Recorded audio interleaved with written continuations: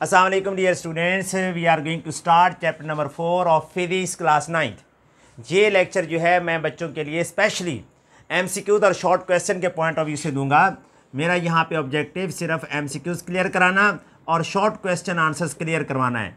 बाकी इस चैप्टर की कंप्लीट वीडियो जो है वो बाद में हम लोग इसको रिकॉर्ड करेंगे। फॉर द टाइम बीइंग ये चैप्टर नंबर 4 है, टर्निंग इफेक्ट ऑफ फोर्सेज। सबसे पहले यहाँ पे हमारा जो टॉपिक है, सब टॉपिक वो है पैरेलल फोर्सेस। पैरेलल फोर्सेस की डेफिनेशन जो बुक में लिखी हुई है वो ये है, the forces which are parallel to each other are called parallel forces. ऐसी बात नहीं करनी, हमने कहना है the forces that have different point of action. ये पॉइंट ऑफ एक्शन है इस फोर्स का F1 का पॉइंट ऑफ एक्शन A है और F2 का पॉइंट ऑफ एक्शन B है। The forces which have different point of actions and parallel line of action, ये इसकी line of action है, are called parallel forces। आप यहाँ पे देखें, ये एक बॉडी है, इस बॉडी के ऊपर यहाँ से एक फोर्स लग रही है, ये है फोर्स, ये है line of action of force, ये line of action of force है, ये point of action of force है। ये दूसरी फोर्स लग रही है, ये पॉइंट बी पे लग रही है, इसकी डायरेक्शन अपवर्ड है फोर्स की। आप देखें कि F1 यहाँ पे और यहाँ पे F2 पैरेलल फोर्सेस हैं। पैरेलल फोर्सेस कौन सी फोर्सेस होंगी?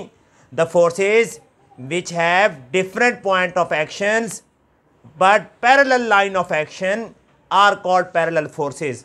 पैरेलल फोर्सेस अगर दो हों, जैसे कि F1 और ये F2 हैं, तो ये दोनों की डायरेक्शन सेम है। इसकी डायरेक्शन भी ऐसे है और इसकी डायरेक्शन भी ऐसे है, सेम डायरेक्शन है, तो इन्हें कहते हैं लाइक पैरेलल फोर्सेस।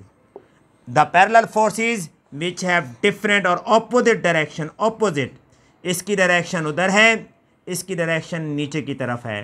F1 और ये F2 हो जाए तो ये दोनों के दोनों अनलाइक पैरेलल फोर्सेस हैं। हमने दो कॉन्सेप्ट्स पढ़ लिए, parallel forces, like parallel forces और अनलाइक पैरेलल फोर्सेस। इनमें इनकी डेफिनेशन आपने लर्न करनी है, चाहे लाइक पैरेलल फोर्स हो चाहे अनलाइक पैरेलल फोर्स हो। पैरेलल फोर्स की जो डेफिनेशन होती है वो आपके सामने है और इनका यूनिट जो है वो न्यूटन ही होगा।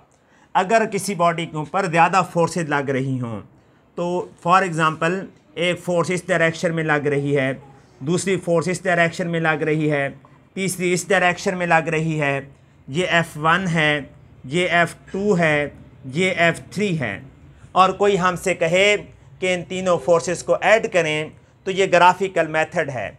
Graphical method use for the addition of forces is called head to tail rule. आपने देखा कि हेड टू टेल रूल के अंदर हमने पहले फोर्स का हेड दूसरे फोर्स के टेल के साथ मिलाया और दूसरे फोर्स का हेड हमने तीसरी की टेल के साथ मिलाया। अगर यहाँ पे कोई एक और फोर्स होती तो उसकी जो इस थर्ड का जो हेड है वो उसके टेल के साथ मिलता F4। अगर हम इस तरह फोर्सेस को ड्रॉ करते हैं एक ख़ास डायरेक्शन में, ख़ास स्केल यूज़ करके, और फिर हम उनको ऐड करते हैं, ये है उनका रिजल्टेंट वेक्टर या रिजल्टेंट फोर्स। रिजल्टेंट फोर्स को R से डिनोट किया जा सकता है। आप देखें, this is the graphical method for the addition of vectors, for the addition of forces. This graphical method is called head to tail rule. First of all, representative lines are drawn in specific direction with the help of specific scale in such a way that the tail of second vector coincide or joined with the head of first vector and head of second vector coincide with the tail of third vector, and so on. In the end, we join the tail of first vector with the head of last vector. This is the resultant force और resultant vector। Force की specific direction होती है, इसलिए हम force को भी vector कहते हैं। तो यहाँ पे इसका जो आंसर होगा वो इस तरह हम लिख सकते हैं, ये 4 फोर्सेस को ऐड करके मिला है, ये है रिजल्टेंट फोर्स। अब क्वेश्चन MCQ में आता है कि हेड टू टेल रूल से हम कितनी फोर्सेस ऐड कर सकते हैं? We can add any number of forces. यहाँ पे 4 से ज़्यादा फोर्सेस भी हो सकती थी। रिजल्टेंट फोर्स की डेफिनेशन आ सकती है, resultant force is a single force. आप देखें ये सिंगल फोर्स है, resultant force is a single force, और रिजल्टेंट वेक्टर भी इसकी जगह यूज़ हो सकता है। अगर पेपर में आ जाए resultant force, define resultant force, तो हम कहेंगे resultant force is a single force that has same effect as the combined effect of all the forces to be added. ये एक सिंगल फोर्स है, इसका जो इफ़ेक्ट है वो सेम है, हम इन चारों को जमा करें तो उनके इफेक्ट के सेम है। रिजल्टेंट फोर्स आ गई, हेड टू टेल रूल आ गया। अब हम आगे चलते हैं कि अगर एक फोर्स हो, लेट्स सपोज कि ये एक्स एक्सिस है और ये वाई एक्सिस है, अगर कोई फोर्स यहाँ पे स्पेसिफिक डायरेक्शन में लग रही हो, एफ फोर्स, तो क्या हम उसके कंपोनेंट बना सकते हैं? Consider there is a force F denoted by O A making an angle theta along X axis. ये एंगल है। अगर हम यहाँ से लाइन ड्रॉ कर दें, परपेंडिकुलर लाइन, तो देखें कि ये फोर्स एफ है, ये इसका एक्स कंपोनेंट है एक्स के साथ, इसको एफ एक्स कहेंगे। ये इसका वर्टिकल कंपोनेंट है वाई एक्सिस के पैरेलल, इसको एफ वाई कहेंगे। अब हमारे पास जो एफ है उसको हमने दो कंपोनेंट में डिवाइड किया है। अगर हेड टू टेल रूल से देखें, F X plus F Y, और हमें एफ मिला है। हम अगर इसको इंग्लिश की लैंग्वेज में देखें, एफ को ओ बी ओ ए से डिनोट किया गया है, एफ एक्स को ओ बी से, और एफ वाई को ए बी से। इस तरह अगर एक फोर्स को दो कंपोनेंट में स्प्लिट कर दिया जाए तो इसे कहते हैं रेजोल्यूशन ऑफ फोर्सेस। रिजॉल्व करना, डिवाइड करना, स्प्लिट करना। पेपर शॉर्ट क्वेश्चन आता है define the resolution of force, तो हम कहेंगे splitting up of a force into its component. ये कंपोनेंट कौन कौन से हैं?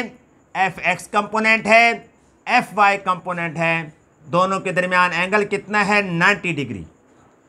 किसी भी फोर्स के ऐसे कंपोनेंट जो एक दूसरे के परपेंडिकुलर हों, 90 डिग्री उनके दरमियान एंगल हो, इन्हें कहते हैं रेक्टेंगुलर कंपोनेंट्स। क्या कहते हैं? Rectangular components. ये एफ एक्स और एफ वाई रेक्टेंगुलर कंपोनेंट्स हैं किसके? एफ फोर्स के। Splitting up of a force, force को डिवाइड करना इनटू इट्स कंपोनेंट्स। कौन से कंपोनेंट? Mutually perpendicular components. तो रेजोल्यूशन ऑफ फोर्स की डेफिनेशन में दोबारा पढ़ता हूँ। Splitting up of a force into two mutually perpendicular components is called resolution of force। resolution of force जब करते हैं तो फोर्स के दो कंपोनेंट बनते हैं, एक एफ एक्स कंपोनेंट बनता है और दूसरा एफ वाई कंपोनेंट बनता है। एफ एक्स का फार्मूला डिराइव करें तो आता है एफ कॉस थीटा, और एफ वाई का बनता है एफ साइन थीटा। ये हमारे पास दो फार्मूलाएँ हैं जिनको याद करना है। इनसे रिलेटेड शॉर्ट क्वेश्चन बन सकता है। जैसे कि एक शॉर्ट क्वेश्चन बनता है, एक फोर्स है 10 न्यूटन की, वो एक्स एक्स के साथ एंगल बना रही है। ये जो सिंबल होता है इसको थीटा कहते हैं, इसको एंगल कहते हैं। ये एक्स एक्स के साथ 30 डिग्री बना रही है। आप इसका horizontal component F x find करें और इसका हॉरिजॉन्टल कंपोनेंट फाइंड करें तो इसका फार्मूला लगा देंगे। F X is equal to F cos theta. F की वैल्यू 10, कॉस की जगह कॉस, थीटा एंगल को कहते हैं 30 डिग्री। कॉस 30 की वैल्यू आप निकालें कैलकुलेटर से और उनको 10 से मल्टीप्लाई करें तो एफ एक्स आ जाएगा। अगर ये दो कंपोनेंट गिवन होते एफ एक्स और एफ वाई तो मैं इनसे एफ भी फाइंड कर सकता था। फाइंड कैसे करता? अगर एफ एक्स गिवन हो, एफ वाई गिवन हो, दो कंपोनेंट यानी बेस गिवन हो, राइट एंगल ट्राइंगल की, और परपेंडिकुलर भी गिवन हो, तो उसका हाइपोटेन्यूज भी फाइंड किया जा सकता है। पाइथागोरस थ्योरम क्या है? Hypotenuse is equal to base square plus perpendicular square. अगर मैं इनमें वैल्यूज़ पुट कर दूं तो मेरे पास फोर्स एफ आ सकती है। हाइपोटेन्यूज को एफ से डिनोट किया, बेस को एफ एक्स से, एक्स कंपोनेंट, और परपेंडिकुलर जो है वो एफ वाई कंपोनेंट है। इस तरह हम फोर्स की मैग्नीट्यूड, यहाँ पे मैंने फोर्स को दो कंपोनेंट में डिवाइड किया है और यहाँ पे मैंने दो कंपोनेंट से एक फोर्स फाइंड की है। कोई भी राइट एंगल ट्राइंगल हो उसकी तीन साइड्स होती हैं, ये साइड्स हैं, इन साइड्स के जो रेशो है उसको ट्रिग्नोमेट्रिक रेशोस कहते हैं। ये बेस है, ये परपेंडिकुलर है और ये हाइपोटेन्यूज। आप देखें तीन रेशोज हैं, साइन थीटा, कॉस थीटा और टेन थीटा। इनको याद कैसे करते हैं? S for some sine theta, cos theta, tangent theta.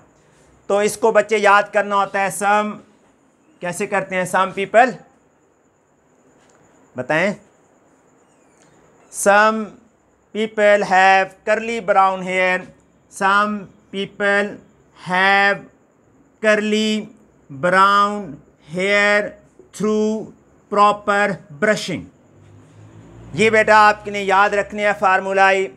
Some sine theta people perpendicular over hypotenuse, some people have curly brown, B for base, H for hypotenuse, P for perpendicular, B for base। ये इनके formulae हैं। जब हमने direction find करनी हो force की तो हम टेंजेंट थीटा लगाते हैं। टेंजेंट थीटा किसके इक्वल है? Perpendicular over base, perpendicular over base. आप ये देखें परपेंडिकुलर क्या है इसमें? एफ वाई और बेस क्या है? F x. थीटा फाइंड करना हो तो टेंजेंट उधर चला जाएगा। Theta is equal to tangent inverse F Y over F X. ये फार्मूला डायरेक्शन के लिए है। यहाँ पे मैंने फोर्स को दो कंपोनेंट में डिवाइड किया, एफ एक्स और एफ वाई। जहाँ पे दो कंपोनेंट से मैंने फोर्स फाइंड की और फोर्स की डायरेक्शन फाइंड की। तो आज के लेक्चर में इतना ही। नेक्स्ट लेक्चर में इंशाल्लाह हम मज़ीद इसको आगे डिस्कस करेंगे इस चैप्टर को। Thank you very much.